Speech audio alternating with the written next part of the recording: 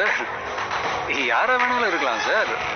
பப்ளிக்கா இருக்கலாம், இந்த ப்ரெஸ் பீப்புளா இருக்கலாம், இல்லை அந்த பொண்ணோட அம்மாவா இருக்கலாம், அப்பாவா இருக்கலாம், அண்ணனா இருக்கலாம். அந்த அண்ணன் ஒரு போலீஸ் ஆஃபீஸரா இருக்கலாம்.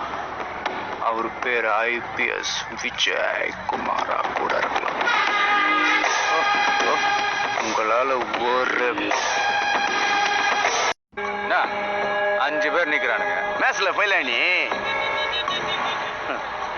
13 பேர் வந்துக்கிறான். 5 பேருன்ற நான் முதல்ல ஒன்னு அடிப்பேன். ஒன்னு அடிக்கிறத பார்த்துட்டு இவனுங்க 2 பேரு அடிக்க வருவானுங்க.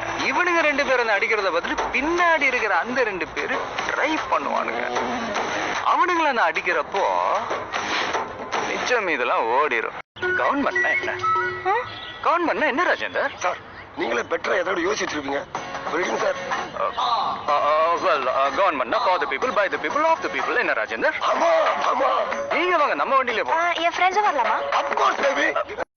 பாரு மானமாமல, நீ வில்லத்தனம் பண்ணணும்னா உனக்கு 4 அடியாளுங்க வேணும், 2 அல்ல கைங்க வேணும். ஆனா எனக்கு இது எதுவுமே தேவையில்லை. நான் சிங்கிளாவே உன்னை சீரியஸ் ஆக்கிட்டு போய்கிட்டே இருப்பேன். அப்படி துப்பாக்கி எடுத்து டொப்பு டொப்பு டொப்புன்னு எல்லாரும் குருவி சுடுற மாதிரி சுட்டு தள்ளிட்டு யாரா சுட்டதுன்னு நானே தனிப்பட அமைச்சு தேடிக்கிட்டு இருப்பேன். புரியுதா? ஒன்னு எனக்கு எந்த அளவுக்கு பிடிக்குமோ அதே அளவுக்கு என்னோட போலீஸ் வேலையை எனக்கு பிடிக்கும். உனக்காக அதையும் அதுக்காக உன்னையும் எப்பவும் நான் இழக்க മാറ്റേൻ. അയ്യോ സാറേ, ഞാൻ അവിടെ ഒന്നും പോയിട്ടില്ല. എൻ്റെ പേര് ജോസഫ് കുറുവില്ല. ഇതാണ് എൻ്റെ നാട്. ഞാൻ ഇവിടെ ഒരു ബേക്കറി നടത്തുന്നു. ഫാമിലി ബിസിനസ് ബ്രിട്ടീഷുകാരുടെ കാലത്തിൽ എൻ്റെ വല്ലിപ്പിച്ചാൻ നിക്കോളസ്, അത് കഴിഞ്ഞ് അപ്പച്ചൻ കുറുവില്ല, ഇപ്പം ഞാൻ. ഒരു ചെറിയ ആക്സിഡന്റ്. അയാളുടെ ചേട്ടൻ്റെ പേരിൽ ഒരു കംപ്ലൈൻറ്റ് കൊടുത്തു. ഇനി അതിൻ്റെ മേലിൽ ഒരു പ്രശ്നം വേണ്ട. അതാ പ്രാതി തിരിച്ച് മെഡിക്കാൻ വന്നു. ഞാൻ ഒപ്പിട്ടിട്ട് പോകാമോ അതോ നിൽക്കണം?